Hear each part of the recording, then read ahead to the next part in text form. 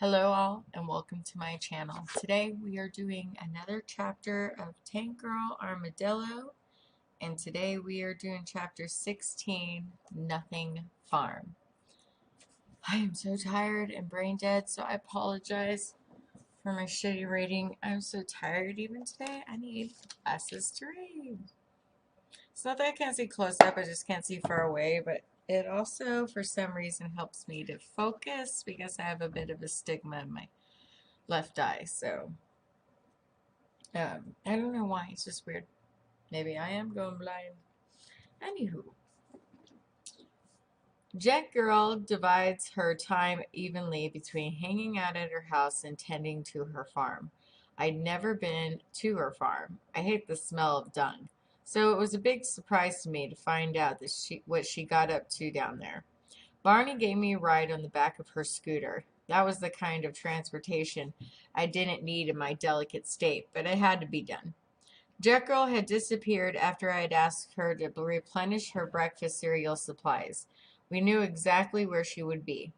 It was a long, bumpy, and uncomfortable ride. Barney had knitted me out with storm goggles and a neckerchief across my mouth. The wind was up, and we drove on through what appeared to be a mere hurricane. Dust and grit pelted the unprotected areas of our bodies. I managed to apply fresh bandages and dress all my wounds before leaving, but they were filling up with dirt and sweat, and I felt like my flesh was being rubbed down to the bone with sandpaper. Eventually, we left the storm behind, and the air became fresh and clean. The barren desert gave way to a lush green landscape. A winding country track took us the rest of the way to the boundary of Jet Girl's farm. Then it hit me, the appalling, overwhelming stench of rotting vegetation. We passed a half collapsed wooden sign that was swinging by a gatepost that read Nothing Farm. Within the space of a few feet, the bountiful woodland paradise had turned into a decaying mulch. It was as if no plant could live within the perimeters of Jet Girl's estate. Dark green goo hung lifelessly from broken sticks. Large insects chewed ferociously on the blackened carcasses of undefined mammals in ditches of dirty water, and a putrid shit-brown haze floated just above the composting undergrowth. "This is it," shouted Barney, turning head right around to check out my reaction.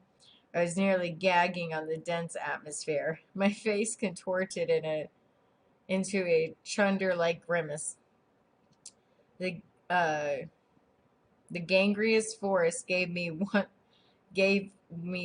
oh my god, I'm so tired right now. Seriously, brain dead. I've been doing school all day with my kid and I'm just like dead. Anyway, the gangrenous Penny would be like forest gave way once more to a vast open tundra of dark marshes and scattered tree stumps. A total lack of wildlife, blah blah, lent the scene an eerie stillness.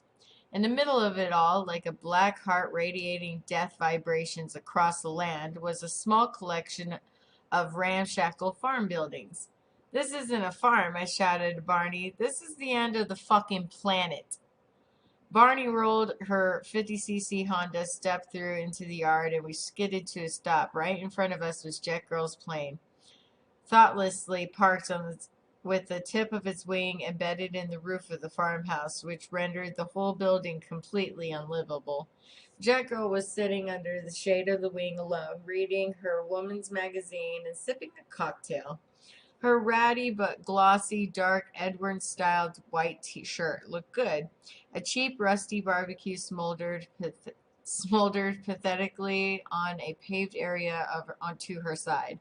I strode up slowly like a cowboy with rickets, my inner thigh stinging sore from the ride. She looked up from her read and prodded the Barbie with a rubber-tipped walking stick.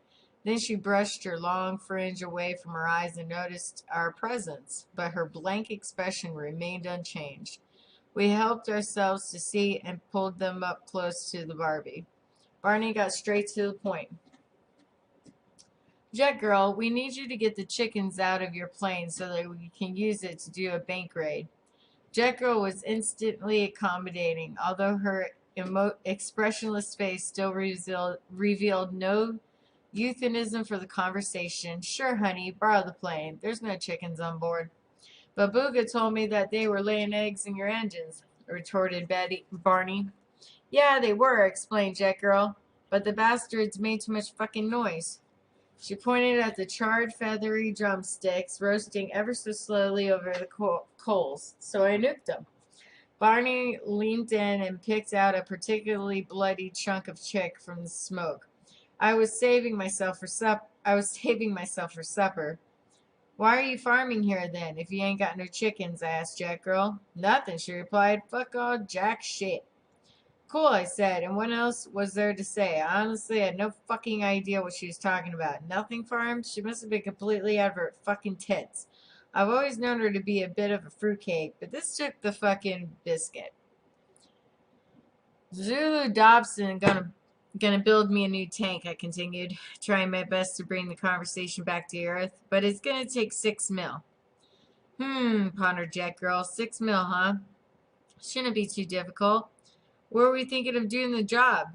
Barney got out of her chair and gave a fake cough to hold our attention. She crouched down, resting on her heels. Me and Jet Girl watched with a modicum, M-O-D-I-C-U-M, you figure it out, of interest as she picked up a twig and drew a circle in the dust, purposely marking its center with a large dot. Chankers, Barney said broadly. Let's kill 3 birds with 1 stone. Next chapter will be chapter 17, Foundation of Love. Please stay tuned for more chapters of Tank Girl. I just really want to finish this series, you guys. I've been doing this forever, reading this book for a while.